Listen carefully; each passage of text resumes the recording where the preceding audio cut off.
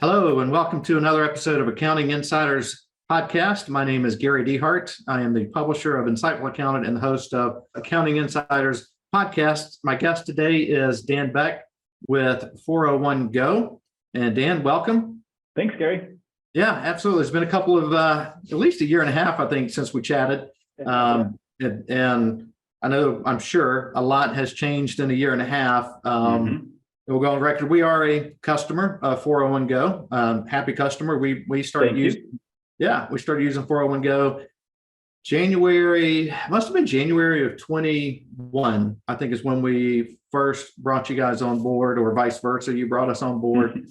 and the process was super smooth. So I'm a big fan of what you're doing, big fan of what the company's doing, and just as a customer, happy customer. So there's a front end sales pitch for you. I love to hear that. Thank you. Yeah, right. So now, if you could just do something about the market to just make the funds all triple again. I'm sure I'd have a lot more happy customers if I could do that. Yeah, you wouldn't be talking to me right now if you could do that, right?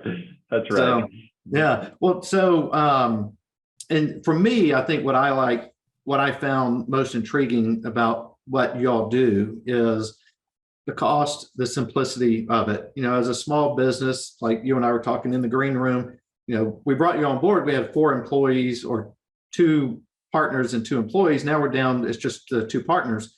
But, it was easy, it was inexpensive, and really seamless. And we just changed accounting firms, and we're changing payroll firms. And I think you guys are direct connected on our payroll. I don't know who our new payroll company is, but I think our accounting firm said you're already connected with them, so that's good. But we will get into that too, kind of the list of where all you're connected. But so let me stop talking for a second and let me ask you a question, and that is, just give me an overview. So tell people what 401 Go is, and how you came into the company, and the concept of the company, and kind of where you are in the growth stages of the company. You bet. So prior to this, I had started and built several small businesses. And in so doing, I was always kind of a finance nerd. I grew up in a very, blue collar house. And so there wasn't a lot of financial education or, to be taught. And so I kind of learned that in college and just really had an affinity for it. And so if I ever had an employee that came to me and was struggling with finances or something, I took that opportunity to go above and beyond, just because it was something that I was passionate about. And so I'd wanted to set up a 401k with a couple of these businesses. And the first time I looked into it, it was just, I realized it was just way impossible. And then a few years had passed, and then I had another business with about 30 employees.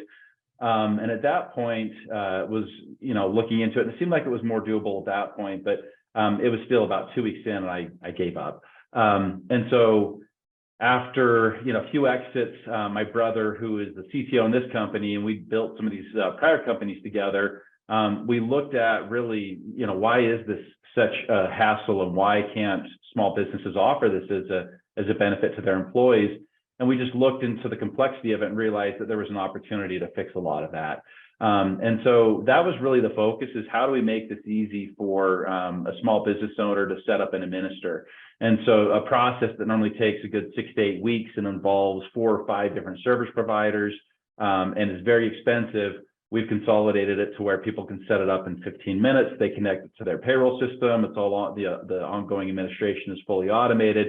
And so we've removed all of those barriers. And that's really allowed us since then to shift from, solving those challenges that come up around the boardroom table, the business that wants the 401k, to now focus more on those issues that come up around the dining room table. And so we've been able to focus a lot more in the last couple of years, and building out tools to help with participant engagement, and, essentially enabling employees that work for SMBs, small businesses, to have better outcomes, not just the 401k, but also with just their daily lives and finances in general.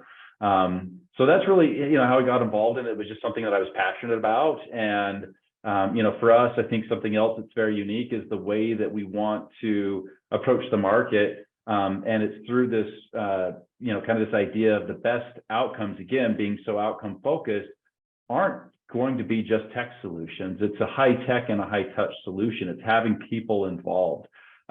Small business is still predominantly done, through handshakes and face to face. And I love that. And I also love being able to bring technology to make it so that those relationships can be, that everybody involved can focus on the relationship and not all the administrative back end. Yeah, and I know when we onboarded, I mean, there was a human there, right? There was a person that we dealt with that did, and if we had questions, send them a text or email, and the questions answered. So, and again, as a small business owner, it was super helpful for me. So, do you? What's kind of demographic of your customer base right now? I mean, again, I think of small business. That everybody's different in what a small business is, right? The government thinks a 500 employee company is a small business. Exactly. It's not. I'm here to tell you it's not. But like, what's a 30-person company was a big business. It felt like a big business. So yeah, it did. Yeah. So what is that? What's the kind of demographics look like? It really runs the gamut to where, some of our smallest companies are solopreneurs. If you're a single individual, and, I love it when a solopreneur can set something up. That means that they've had a really good year and they want to set aside some money for retirement. And so if you're a single individual, we're ready. And all the way up to some of our larger employers have 500 to 600 employees. But average headcounts are around 20.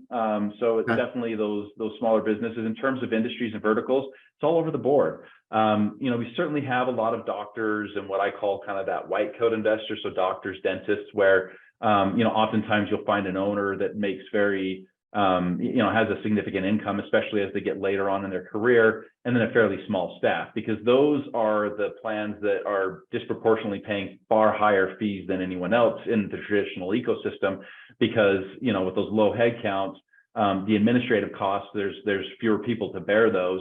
And so it ends up costing a lot more. So that's where a lot of our early customers came from, was essentially where that pain was being felt the most. So high earners with low head counts.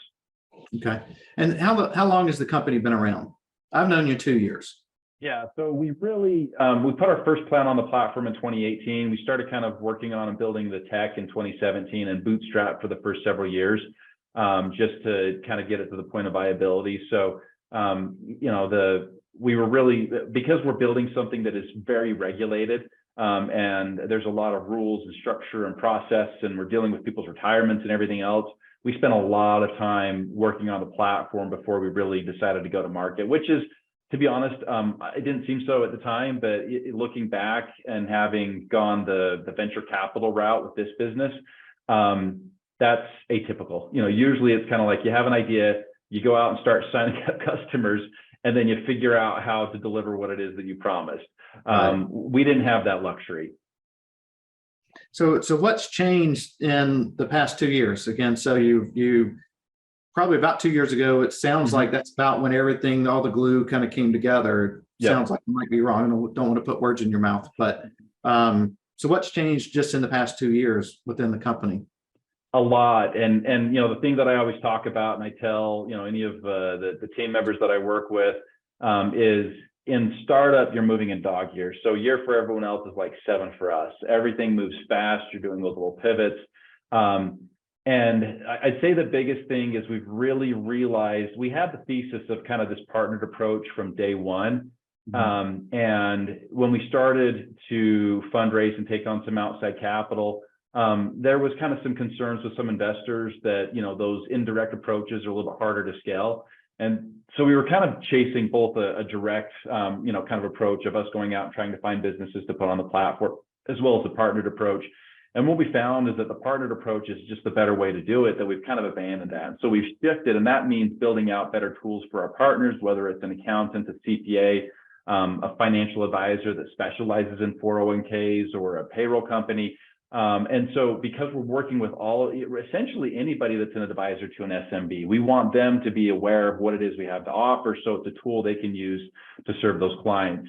And so we focused a lot in building out, partner portals, tools, referral programs, educational material. Because for us, the other thing too that's really interesting is, I feel like a lot of success it's hard work, it's luck.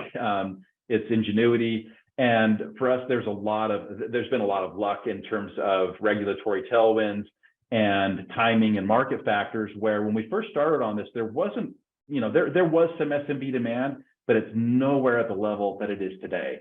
So there are mandates in 14 states now and growing that currently affect about 25% of businesses nationwide. And over the next couple of years, as more of these states that have already announced these regulations come online and it starts affecting small businesses, we're looking at essentially about half of SMBs nationwide will be affected by some government mandate that says they need to offer a 401k.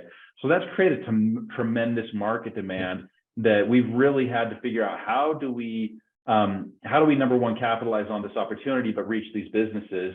And what we've realized is they already have relationships with accountants and CPAs. And in prior businesses, I remember the first time, my very first business that I literally ran out of my garage for about 6 months when I'm like, this is a legit thing. Like, I can quit my day job and go do this.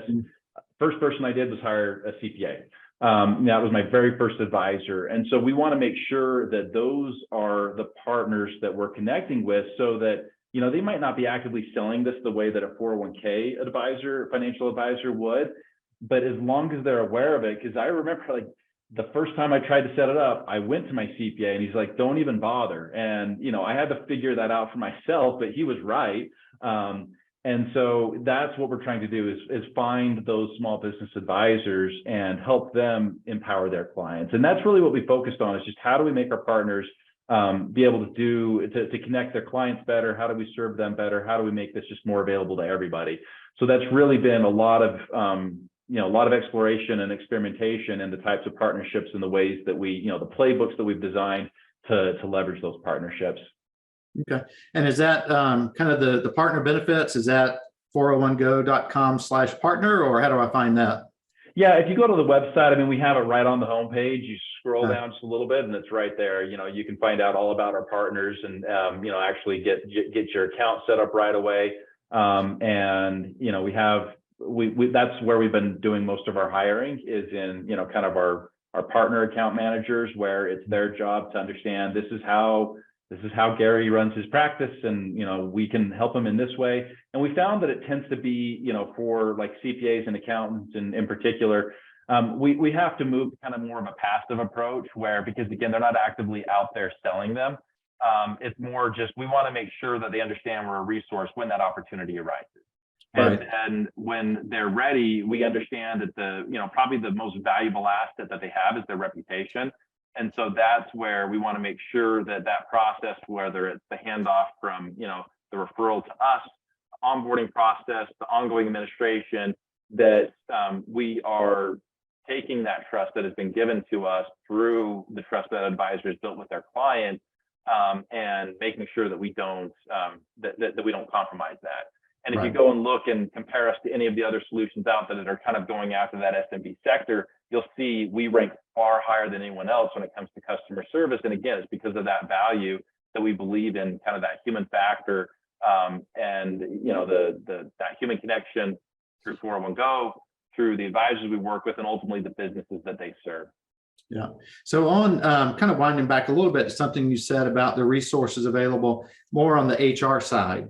And you were talking about having kind of the tools that companies can, or people who are in the plan can use to better educate themselves. What is that? What all do you have there? Because I haven't looked at that. Yeah, I should. Right. It is newer, so it's only really it was about this time last year that we started kind of building those tools, and we kind of rolled them out in Q2 of 2022. And what they are is essentially, if you're familiar with Mint, or some of those other budgeting and financial management tools, where the cool thing is you can go into your account and connect your bank, and we don't hold any of this data. So we're using third parties that are designed to do this, and a lot of security and everything else. But essentially, you connect your bank account, you connect your credit cards, and then what that happens is that data flows into the system, and we can look and analyze what your current expenditures are, And then from there, because nobody wants to sit down and pull out a spreadsheet. Mostly nobody wants to sit down and Right. pull out a spreadsheet and build a budget Well, from scratch. we do have a lot of accountants that. We do. So that's why I had to correct myself. And I still like when things are kind of rough, I go back to the spreadsheet myself. Like I just like the way I can see everything. But we take their existing spending and we create, kind of these budget pools. And then from there, we help them intuitively make what we feel are positive, decisions and behaviors that help them improve their financial wellness. And so we have what's called a Fin Strong score, where we kind of look at spending, and how much outflows versus inflows. And then similar to if you've ever gone and looked at your credit history, it'll say you're 620. This is why you could do this to improve it. We do the same thing. So we give them a score. We help show them what they can do to improve it. There's also retirement calculators. The cool thing is we even factor in Social Security. We take a look at, we want to have an exhaustive look at what their current financial situation is, because then we can intuitively help them. For a lot of our users, because SMBs tend to hire more entry-level workers, younger, lower paid, oftentimes their engagement with us is their very first engagement with any financial institution outside of a bank.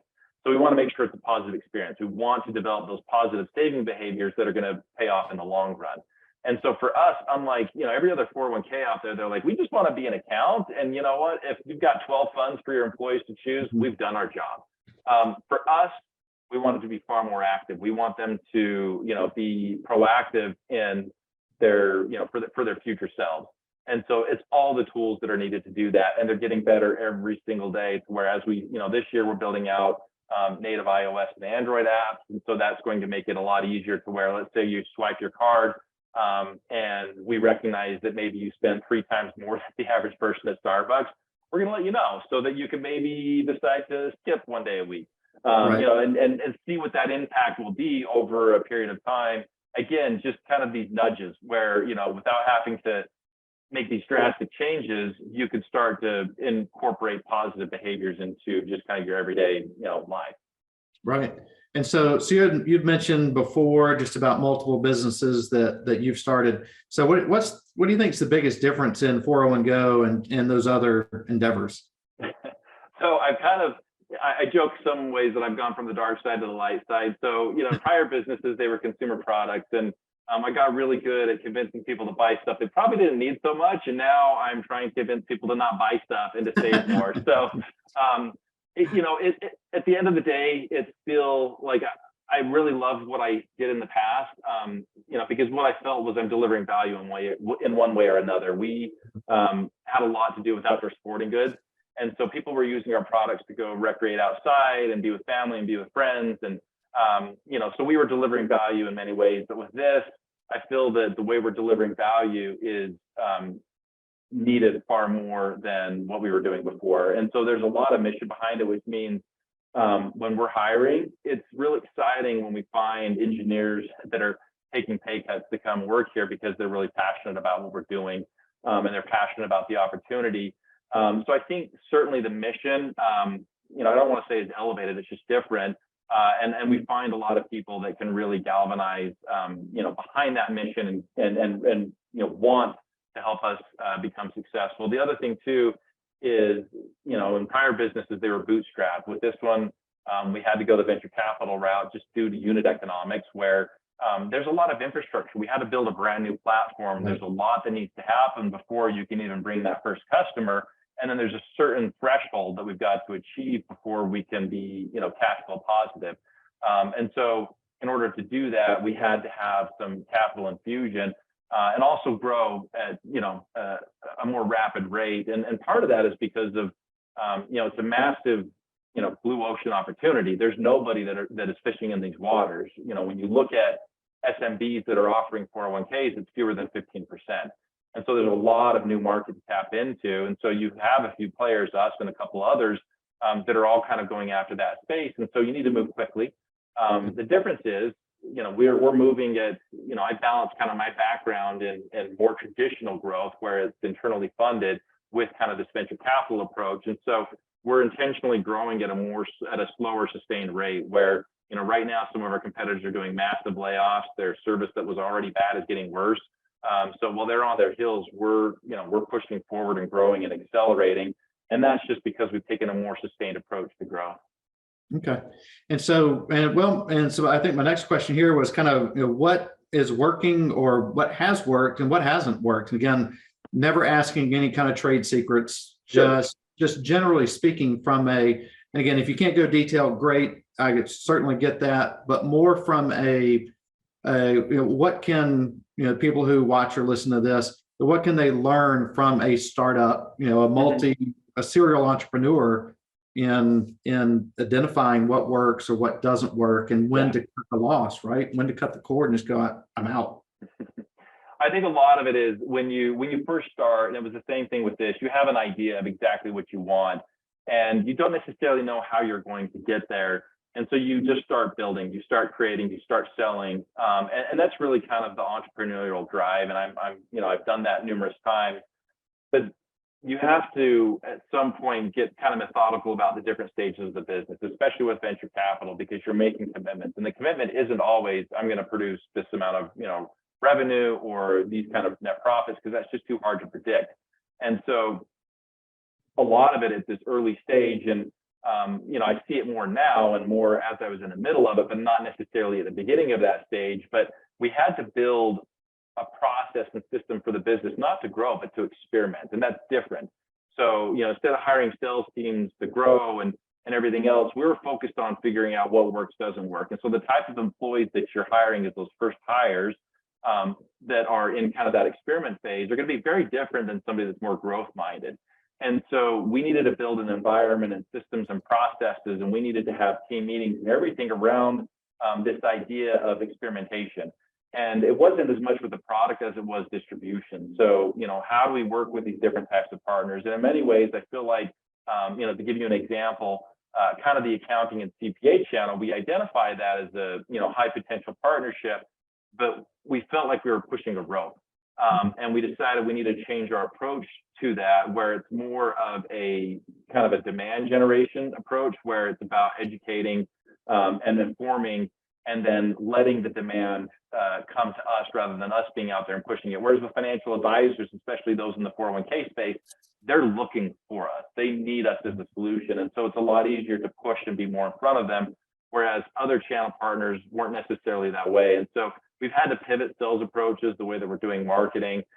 So I think that's the biggest thing, is just it maybe took us a few months more than I would have liked to realize that, wait, we're not supposed to grow right now. We're supposed to figure out how we're going to grow, and to start to rethink the way, we do some of our, day to day around this idea of experimentation. Gotcha.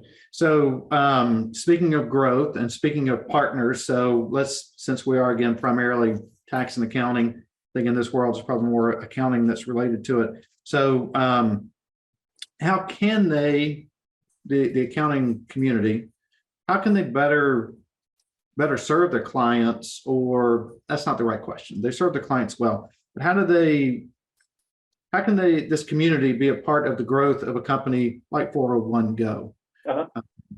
What's their, because here's, before I let you answer that, my observation from being in this space for a long time, we always say, like at a trade show, scaling new heights, which you guys exhibit. I've been to that show, I don't know, since the second show of its life cycle, right? Mm-hmm. So they're on number 14 or 15 this year. So I've been to almost all of them. And it seems like, year one for an exhibitor, everybody walks past you, right? Yeah.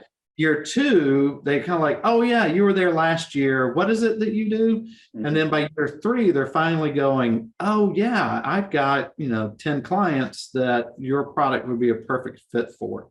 I guess the good news with that is you're moving into year three, right, of really actually paying attention to the accounting community, mm-hmm.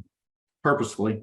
So, but I see why, I certainly see why they should be embracing what you do. They're in a great position to be able to understand which clients need this, which clients can need it, use it from a tax standpoint or use it from a benefit standpoint. But how could they better just engage in this process? I don't know I if think that's a it's question. awareness more than anything. Mm. And the first time that I asked my CPA, he said, "Don't do it. Do a step. Do a simple. Here's all these alternatives that are similar to a 401k." And the reason why is because he knew it was complex. And Yeah. I think a lot of people are still operating off of those same old assumptions. And even if we tell them the first time, and this happens all the time, where I've told companies, there's only 3 of us in our firm. Like, I don't think this is something we can do. How don't you have to have like at least 20 people? I'm like, we'll do one. And I have to tell them like 5 times before they go, "Oh, you'll actually set up my account?" Yes, we will. So we need to just kind of keep repeating that message. And to be honest, I was not necessarily frustrated, but a little bit concerned that we didn't see the adoption that we expected based off of the outreach and the sales efforts we were doing in the accounting community. But then as I started to understand it more and talking with more individuals, I really could appreciate it. And it's the simple fact that accounting is very standardized, and a lot of it is, it's a practice that's built on doing a lot of the same thing over and over and over again.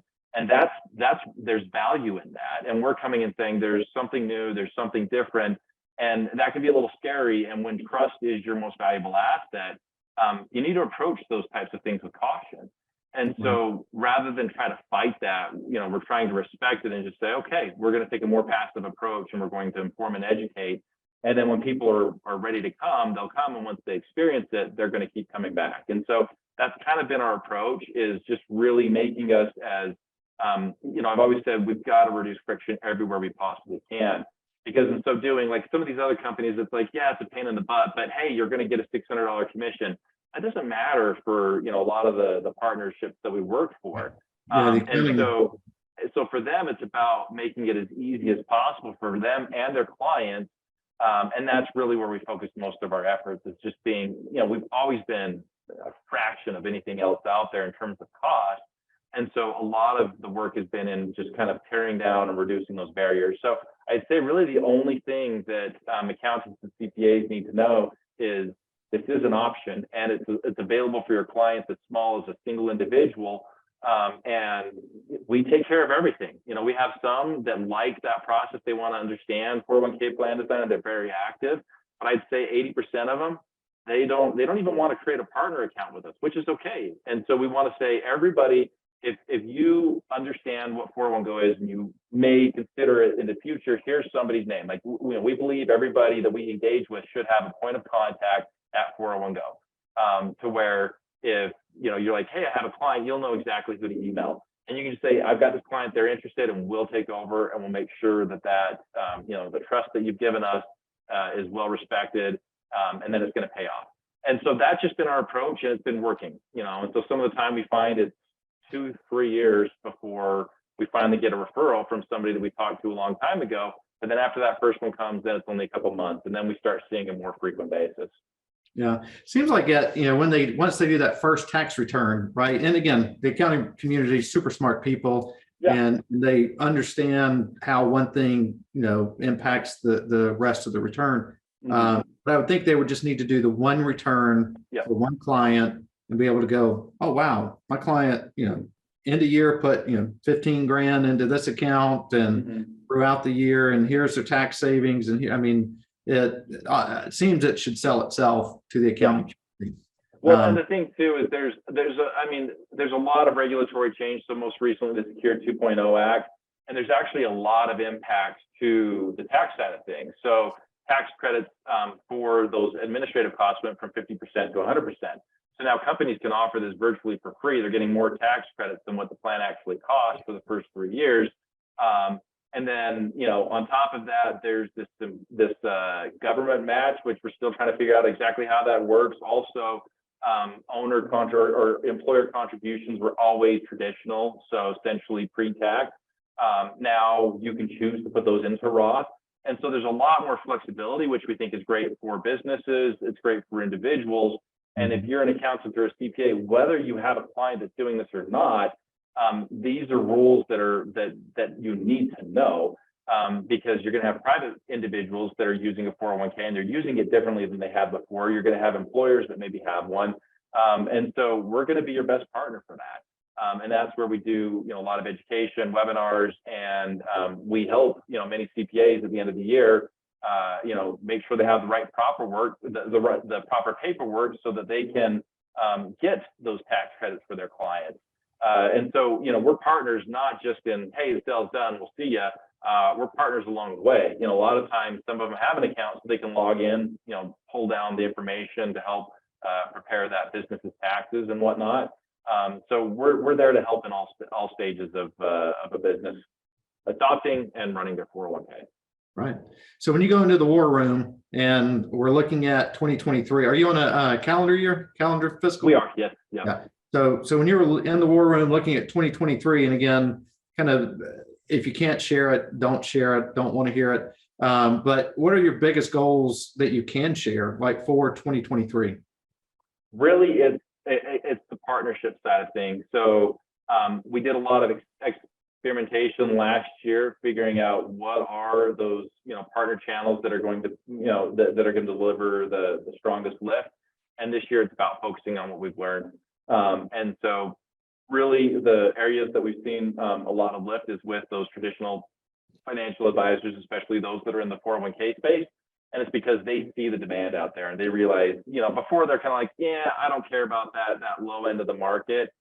Now they see it like, crap, how do I move down market? I need some tools. And so there's a big appetite. We want to make sure that we're in front of every single one of those financial advisors that are in the 401k space. So that, and then the other one that's been pretty big are, payroll companies, groups. And so, some of the regional CPA firms that also do payroll and a lot of those types of services, it's working with them, because oftentimes when these state mandates happen, we're also focusing on states where these mandates are in effect or are being rolled out, because that's where their clients are turning to their CPA saying, hey, I got this letter. What is CalSavers?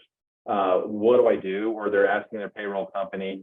And so it's just a lot of information out there. And then on the accounting side of things, really kind of our approach is more, like I said, it's less of a, kind of a sales push strategy. Right. And it's more of just a, hey, here's this information. We'd love for you to join our, newsletters, mailing list or whatever, come to webinars, and we're going to be there when you're ready for us or when your clients are ready for us. Okay. That's great. Anything that we haven't discussed that you think is relevant for the accounting community, bookkeeping, tax community? I'd say the one thing that we've really noticed, and again, it's with payroll companies, we've got some big payroll partnerships that are coming online. And as we've been discussing with them and asking them why previously they weren't interested in this, but now they are, what they've learned is that the more services that they're providing to those clients, beyond just their core, which is payroll, the stickier those clients are. And I feel it's the same thing with accounting professionals. If you're just doing taxes, then, you're going to be thought of during a very short period of time of the year. And so I feel like accountants or CPAs or anybody, of that type that is providing those services, shifting to kind of more of this, this value-based approach where you're there to deliver value, and the more service that you can offer, the more value you have, then really you stand out from the other bookkeeper, because, GAAP is pretty standardized. A lot of the process is pretty standardized. And so, we feel that some of these additional services like 401k or other, HR related benefits, essentially helping those employers build a stronger business, really adds significant value beyond just something that can be commoditized. And so it's exciting to see, some of those firms that really understand and embrace that, and to see the way that their businesses are flourishing as they start to kind of have that shift in thinking. And I really believe that and that's kind of the same thing that we've seen as well, is, from a price standpoint, we're kind of reaching a commodity type level with 401k services and whatnot, and what really stands out and differentiates us from anybody else's service. And so I think that's why we're a great fit for accountants, is that's exactly what we deliver. And we're about those relationships. And in so doing, we know that the relationships that our clients, those, advisors have with their clients, they just get stronger. And we love being a part of that. Right. And then I'm going to wind back. I thought we were about to wrap up, but then another thing came to my head here. And that was, so you mentioned before, there's 14 states, I think was the number, that mandated some level of benefit requirements. Yeah. Are you seeing your growth kind of in those states, or is it across the country? It's certainly across the country, but definitely it's way stronger. So the most recent is California, and just because of the number of businesses and the population there, we're seeing huge adoption from partners and from businesses in those states. So it is having an effect, and I think that's just going to continue for a while. The kind of the regulators there have been a little slow in sending out the penalty notices. So if you were a 5 or more person company as of June last year, you had to have something in place, and those notices are just starting to go out now, and they're just going to get progressively more nasty to where this summer, if you're not complying, you're going to have some big penalties to pay. And so we'll see some business from that at that stage, right before they have to write a $500 check per employee to the government. That's when they're gonna take it seriously. So we're still seeing a lot of growth in states like California. That's fantastic. Well, as I said on the start, I like what you're doing. We're a customer. It's been great for us. Certainly encourage anybody that may listen to this to either reach out to you guys. And I don't know your competitors. I don't know them well. I haven't done business with them or haven't looked at their products. But I think what's so fantastic about it, again, as a small business owner, is it's super inexpensive. It's low drag, and it's a real, true, tangible benefit for a small business owner to be able to provide employees. And like you said, currently a lot of the front end cost is covered by yours truly and Uncle Sam, right? So Yep. all of us taxpayers. So there's almost no reason to not have a program like this for small business. So certainly appreciate better your than time. I could. Thank you, Gary. Yeah, all right. I am not a paid endorser. But certainly appreciate your time. Before we wrap up, or actually when we spoke before, gosh, it's been over a year, talked about trying to do this on a little bit more regular basis around some of the HR, some of those planning tools, which I would like to try to get into that, because I've kicked this podcast off about maybe 2.5, 3 months ago in earnest. So trying to get, at least weekly content. So anything that, that we can leverage that would help, our audience would be beneficial. So let's keep in touch on that. Okay. Again, appreciate your time. Thanks, Gary.